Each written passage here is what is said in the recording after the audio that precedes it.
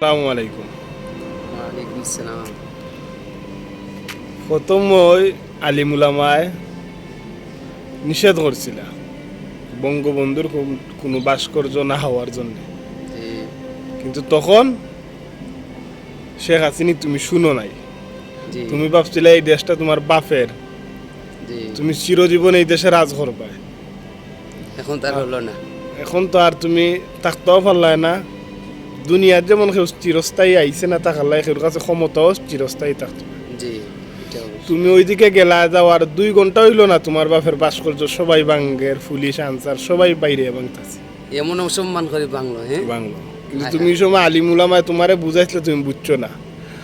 এটা নিয়ে অনেক আন্দোলন করছে, অনেক শিশুরে তোমরা গুল্লি করে হত্যা করছো। আর এই সময় যুবলীগ, ছাত্রলীগ, দালাল সুমন বহুত বড় বড় মাত মারছো। জি তো এখন তোমরার